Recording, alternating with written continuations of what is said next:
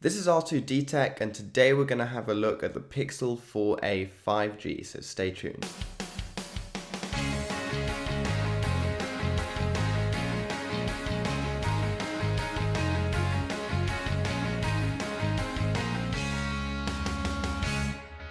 In terms of design, there's definitely more premium smartphones out there. This one's made of plastic, which means it will scratch quite easily, but it is a unibody design, which I think makes it look quite slick.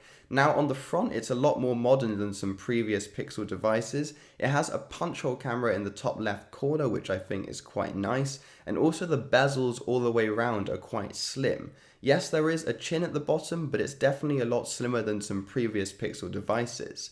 Now on the back, they have gone with the current trend and got a square camera module. Now the opinions on this are quite divided, but I personally think it's quite good. Moving on to the display, you're getting a 6.2-inch OLED display with a 60Hz refresh rate and a 1080p resolution. I think the 1080p resolution is just fine, to be honest, but the 60Hz is a bit disappointing. I think if they had gone with a higher refresh rate, the software experience might have seemed a bit more fluid, and other things like gaming would have just been a lot more satisfying, to be honest. Now the panel itself is actually really nice, and the darks are really dark, the colors are really vibrant, and it's got really good contrast.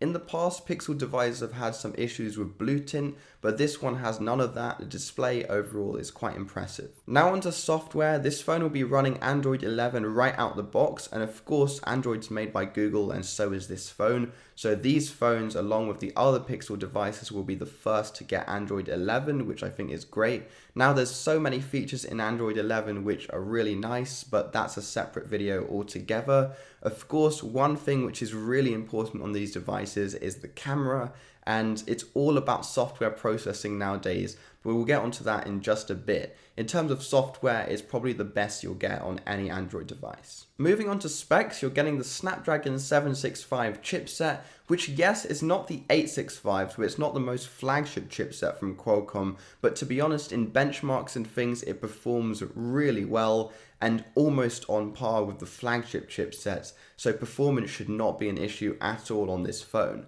Now you're getting 6GB of RAM, which I think is sufficient, but it would have been nice to see 8GB, or at least the option to upgrade to 8GB if you want, just for things like multitasking, but I'm sure 6GB will be perfectly sufficient, especially with Google's software optimization for this phone.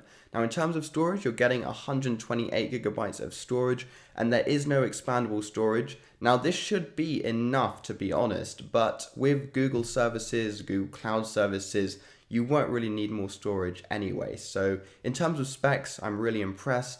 And of course, since it is the Snapdragon 765G chipset, this phone will be 5G enabled if that's important to you. In terms of cameras, you get a 12.2 megapixel main lens and then a 16 megapixel ultra wide lens. Now 16 megapixels is actually pretty great for an ultra wide, since other phones normally don't prioritize in terms of megapixels on their ultra wide lens, so you should be able to get quite a lot of detail actually on that lens. Now the main lens is 12.2 megapixels, not 48 or anything like that. But let's all be honest, like the cameras on the Pixel are absolutely amazing, and it's all down to software processing, so I expect nothing but the best from these camera sensors. On the front, you're getting an 8 megapixel selfie camera, which yes, is quite a low megapixel count, but again, with software processing from Google, I expect the images from this to be absolutely amazing, along with things like portrait mode and other modes like that.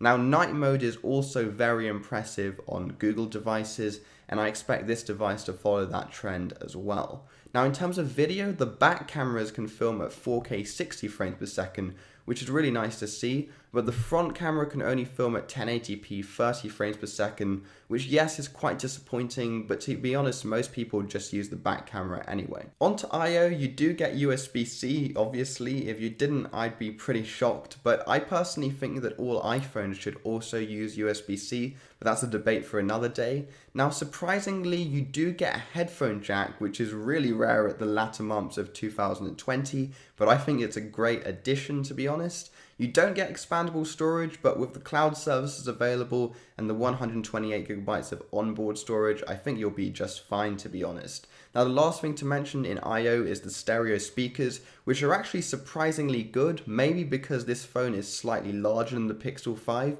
but it is quite nice to see good speakers on a Pixel phone, because in the past they have been quite tinny. Now, onto a couple of extras. As usual, you do get a capacitive fingerprint sensor on the back, which I guess is dying out, but I think it's actually quite a good idea, especially since your index finger does rest naturally in that position, and also the capacitive ones have proven to be a bit faster in some cases than the optical fingerprint sensors which are under display. Now, it does also provide some extra functionality. If you swipe your finger down on the fingerprint sensor, it will pull down the notification tray, which I think is quite a neat add-on. Moving on to battery, you get a 3885 milliamp hour battery, which I think is actually a lot larger than some previous batteries in Pixel devices. I think it's a good step from Google. Their battery life has never been anything to be too impressed by, but I think it all changes with this device and the Pixel 5, especially with this larger battery in combination with their software experience and their software optimization. I think the battery life will be quite good on this phone, and I'm pretty sure it will last you a full day, if not more. Now, in terms of charging, you do get 18-watt charging, which is pretty decent. Of course, there's some crazy charging speeds out there, like 65 or even 120 watts, but I think 18 watts is perfectly sufficient. Now, the only downside is that you don't get wireless charging on this phone, since it is a more budget take of the premium Pixel 5.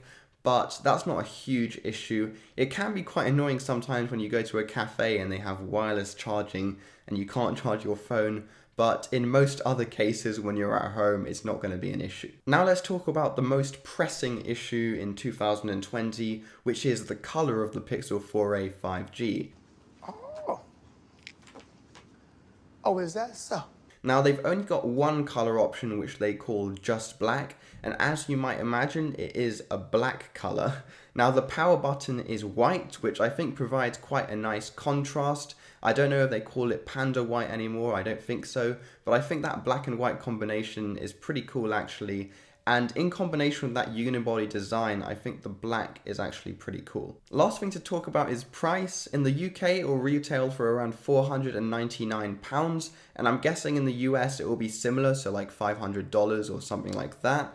Now, it is being released in the UK at least at the beginning of November, so it's not quite out yet, but it's pretty soon, and I think the price point is pretty fair, to be honest, for the specs you're getting, along with getting that Google branding, Google software, and all of the optimization which comes with that, and of course the main thing with Pixel devices, which is that amazing camera. That's it for this week. I hope you enjoyed the video. If you did, then you might want to leave a thumbs up, since it helps the channel with the YouTube algorithm, and also if you want to see more content like this in the future, then definitely smash that subscribe button and turn on notifications below. Thanks, and see you next week.